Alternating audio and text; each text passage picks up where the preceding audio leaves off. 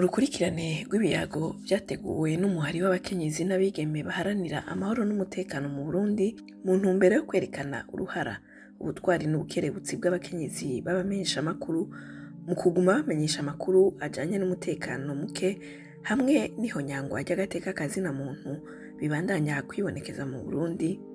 Mu kigabane ca gatandatu ca bino biyago twakiriye Reverien Bazikamwe, umukozi w'ikimenyeshamakuru cigenga akorana n'abo bakenyezi b'abamenyeshamakuru. Reverien aratubwira ibijanye no kwinjira kwiwe mu mwuga wo kumenyesha amakuru, aratwiganira uburyo yatanguye uwo mwuga n'impamvu zatumye awihitamwo hamwe n'ivyo yawigiyemwo mu rugendo rwiwe nk'umumenyeshamakuru. Umwuga nawutanguriye kwimenyereza muri radio Isanganiro hari mu 2009, niho natanguye kuronka inyigisho za mbere z'umwuga biciye kubona sanzeyo bankurira batanguye umwuga kera babizi, kandi aho wasanga twigishwa wasanga ari n'abagabo batwigisha n'abagore batwigisha. Hama uretse ko nyuma stage iheze ntagize amahirwe y'ukubandanya kugira ngo nkore akazi mu Isanganiro, kubera hari abandi bari nyuma bari baragize stage imbere y'uwanje bateruza kuza gukora akazi. Sinarindire kuko nanje nari kuja kurindira, ariko nategerezwa kuca ndondera akazi kuko sinari kurindira nicaye, ca ndonka akazi muri televiziyo Renaissance mu 2010. Haraheze imyaka 10 kuva habaye imyiyerekano yo kwiyamiriza ikiringo ca gatatu ca Petero Nkurunziza.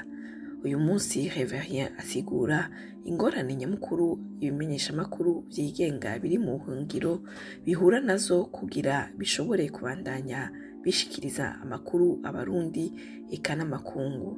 Ibimenyeshamakuru bigira ibibazo bijanye ubwa mbere ababikoramwo n'abantu ubwa mbere bategerezwa kubona kuronka ingene babaho. Bamaze kuronka ingene babaho niho baba bashobora gukora muri ivyo bimenyeshamakuru. Uri kuraraba rero ikibazo nyamukuru kijanye n'ingene abantu baronka ingene babaho hama bashobore kubeshaho ivyo bimenyeshamakuru. Novuga rero yuko ahanini ingorane zihari ni ubwa mbere ni imibereho y'abakozi bategerezwa gukora muri ivyo bimenyeshamakuru, tukagira rero n'ibibazo bijanye no gukora akazi muri ubwo buzima bugoye. Muri ubwo buzima dutegerezwa gukora tutari ku rubuga ngo twishikire ku rubuga dushobore kuronka abaduha amakuru, na cyane cyane twagira ikibazo cyo gushikira amakuru y'abategetsi b'u Burundi, kuko uravye ukuntu bafata ibimenyesha amakuru biri mu buhungiro babifata nkuko ari abansi b'igihugu. Abakenyezi bakora nk'abandi, bakora nk'abagabo bakorana, bafise izo ngorane nyene wumva z'abamenyesha amakuru muri rusange, bafise izo ngorane z'abandi bose. Sinovuga ngo hariho ibibazo bafise vyihariye, ibibazo bishobora kuba vyihariye ku bagore. Ni ikibazo kijanye nuko hashika igihe ugasanga kugira ngo agire ivyo akoze mu mwuga ugasanga umenga ategerezwa gusaba uruhusha umugabo wiwe.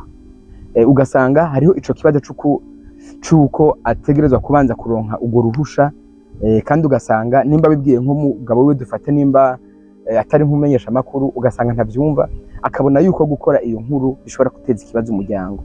Hamara ugasanga umugore aciye amera nk'udohotse kuri iyo suje yaterezwa gukora. Ni mu gihe no kugira yuko nko ku bagabo ivyo kenshi umugabo iyo agomba gukora iyo nkuru kenshi ataja kubaza umugore. Mugabo ivyo bijanye n'umuco w'ikirundi, ushaka kwerekana nk'uko umenga umugore umengo aterezwa kuba ari munsi y'umugabo, aterezwa kuba icakora, aterezwa kubanza gusaba uruhusha umugabo. Ariko ku bagabo siko bimeze. Ivyo rero novuga yuko karahaze mu mwuga, kuko biratuma adafata ingingo zihagije ziwe ubwiwe kugira ngo ashobore gukora kuco yashaka gukora. Sinovuga rero ngo hariho ibibazo vyihariye vyo mwuga, uretse ko ibibazo dushobora kuvuga ni ibibazo bijanye nuko abo bakenyezi bategerezwa gukora n'ibindi bikorwa vyo mu nzu bitaho cyane gusumba abagabo, kuraba abana, kuraba ivyo mu nzu uko bimeze. Novuga ko kugira bafatanye ivyo bikorwa vyo mu nzu bifatanye n'akazi novuga yuko ari ikibazo nyamukuru coba kiri, nayo ahasigaye ku vy'umwuga bakora neza nk'uko abagabo bakora. Ntawovuga ngo barafise ikibazo kibabuza gukora canke ngo ntavyo bakora, barabikora aho bashika nk'uko abagabo nabo nyene bose bafise aho bagarukiriza kubera novuga ibihe turiko turakoreramo. Reverien aratubwira kandi ico abona ku bijanye n'akamaro k'abakenyezi b'abamenyesha makuru mu guharanira ukuri hamwe n'agateka kazina muntu. Kubwiwe uruhara rw'abakenyezi n'intangere muri uwo mwuga kuko hari vyinshi bashoboye gukora ku rugero rumwe nk'abagabo. Novuga ko uruhare rw'abagore mu mwuga nibaza ko bamwe bararubona abandi ntibarubona. Barubona gute? Abarubona ni twebwe dukorana nabo. Twebwe turamaze kubona agaciro k'abagore mu kazi, kandi sinibaza yuko ari gusa ivyo ndabivuga kubera ari hondi, ariko jewe ku bwanje n'abandi bagabo ndabizi yuko twebwe turabona cyane agaciro k'abagore, turabona cyane uruhara rwabo kugira ngo ikimenyesha makuru gishobore gutanga umwimbu. Abagore ivyo twe tubibona kubera tuzi yuko iyo hageze yuko dukora akazi tugakora tutitayeho ngo n'umugore canke n'umugabo, kiretse mu gihe abari mu bihe nimba ari igihe cyo kwibaruka, nimba agwaye ibindi bijanye novuga bijanye n'ubuzima bw'abagore. Ivyo navyo nibisanzwe mu kazi, abantu bategerezwa kuvyumva, bategerezwa kubimenya, bakabimenyera yuko turafise itandukaniro uko twaremwe. Mu gihe rero bimeze gutyo, nuko abagabo bategerezwa kumenya yuko abagore bategerezwa gukora akazi bafatikanije n'ivyo byose, umuntu akamenya yuko ategerezwa kubifatanya, akamenya ingene ashobora gutwara abagore dukorana cyangwa uwo mukorana, ukamenya ibiharimwo, tukamenya yuko nimba ari konje yo kwibaruka, nimba ari konje y'ubugwayi bufatiye no kwibaruka, ivyo tukategerezwa kubimenya. Hanyuma rero hariho n'abandi bashobora kutamenya agaciro k'abagore mu kazi. Novuga rero yuko kuvuga agaciro k'abagore mu kazi, nibaza yuko abo hava babikekeranya n'abatabizi. Twe dukorana turabizi yuko abagore bitanga, turabizi yuko bitanga co kimwe n'abagabo, utafashe ngo n'abagore. Turazi yuko iyo hageze yuko dukosorana utitayeho ngo n'umugabo cyangwa n'umugore, dukosorana kubera tuzi yuko umuntu agusumvye, kandi ivyo ntawo kwibesha. Turasanga hari abagore badusumvya, hama iyo hageze yuko ikintu kigusoba ukagenda ukamubaza akagusigurira.